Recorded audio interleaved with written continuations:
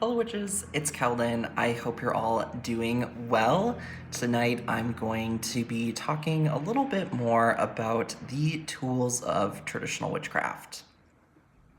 So first and foremost, these tools are very practical and very utilitarian, meaning they are meant to be used, and they are meant to be used in a variety of ways. The first tool that I'm going to talk about, and really what I would say is like the hallmark tool of traditional witchcraft, is the stang. And the stang is a forked ritual staff. And I'm gonna kind of hold it a little awkward so we can see it in frame. But the stang is used as a altar to the witch father, the tines being an obvious homage to his horns. As such, the stang stands in the ritual space, sometimes in the center, sometimes in the north, sometimes it just moves about depending upon the practitioner, and it'll be decorated in various ways. So sometimes you'll see it adorned with seasonal foliage, sometimes with a pair of crossed arrows, sometimes with a candle burning between the tines. I don't know if you can really see it, but it's actually charred a little bit, and there's some wax from previous candles. The stang can also be used just like any other staff, so used to direct energy. It can also be used in hedge crossing as a tool for flight.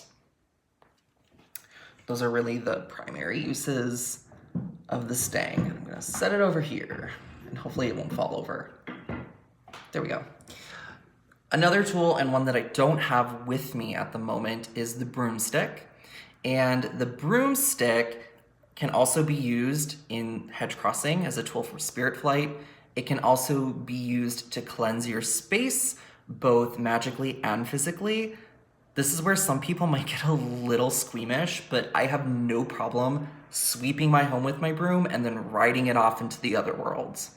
This is what I mean by utilitarian. Another tool is the cauldron, and I have a big boy here, but I have quite a few different cauldrons. I think you can maybe never have too many. But the cauldron is a tool of creation and destruction. I primarily use my cauldron to contain fire, so I like to have these big ones for when I do outdoor rituals, and then smaller ones for when I'm inside. So I burn fire in it, and then into that fire I can toss herbs, petitions, poppets, whatever I'm wanting to I don't want to say just destroy, because I don't want that to have necessarily a negative connotation. Obviously, you can burn things, and that energy is sort of carried into the other world. It's not just about ending things per se. So again, a lot of different uses. Sometimes people will say that the cauldron is a tool of the witch mother, and sometimes people have mixed feelings about this because it starts to get into that territory of gendering tools, and is that really necessary? I mean, if you want to gender your tools, I guess go for it. If you don't. I think it's classically talked about in books as like the cauldron is symbolic of the womb, but I think you can also look at it as a tool of creation and destruction, just in the sense that it's literally a cooking pot, and cooking is about creating and also sometimes destroying. So there's that. Let's see, what other tools do we have to talk about? We have what I would loosely refer to as the dish. You could also consider this a plate or a platter. It is just essentially a kind of contained flat surface. So for example, mine is a cooking trivet that I found at an antique store many moons ago. But it's a juiced up surface that you can put different items on to hallow or charge or cleanse or bless or whatever terminology you're using.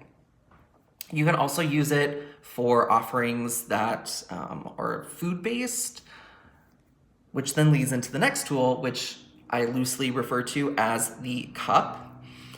So here I have a little ceramic cup, and this is for liquid offerings, which are primarily the offerings I give to my spirits. So this is the tool that I use primarily for offerings. And again, the creativity is up to you, because this could be some ornate chalice, it could be a beautiful piece of pottery, it could be a coffee cup or teacup. It's up to you. Another tool that I use is a bell. Bells are really helpful for starting rituals and ending rituals. It announces to the spirits and really to yourself, hey, we're starting the work. Or, hey, we did it, we finished the work. It can also be used as a cleansing tool. I find that after I've done a big clean of my house, just ringing the bell a few times helps break up any kind of remaining stagnation in the space. So that's pretty cool. Another thing would be a knife. And this is a tool that is really meant for cutting. So cutting herbs, carving candles, engraving circles in the ground, whatever it is you need. Again, very practical. So for me, it's going to be just a sharp kitchen knife. But again, it's up to you. Really, like, that's the biggest thing that I want to stress in this video, is that the tools are meant to be practical, and it's up to you what they look like. They don't have to look a certain way. It's about the meaning, right? So this is something I'm particularly passionate about, is not just rushing out and buying, all the tools that a book talks about.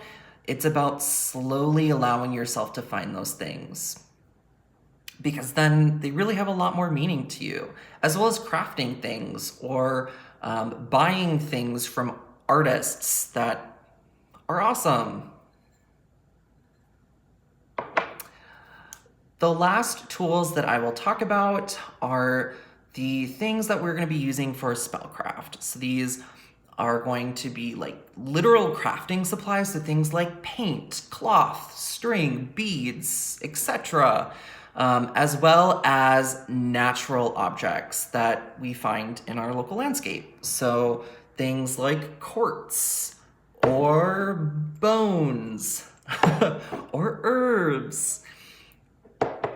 Things that we collect outside from the very ground we live on, and then we can utilize those things, we can connect with the spirits of those things to perform whatever working we're doing. And that's really it. It's not a lot of flashy items, unless you want them to be flashy items, that's totally okay. I guess what I should say is that my items are not very flashy. So if you feel like I've missed a tool, or there's something that you use that I didn't talk about, feel free to leave that in the comments, as well as any questions you might have. But that's really the gist of it. So I hope you're all doing well, and until next time, take care.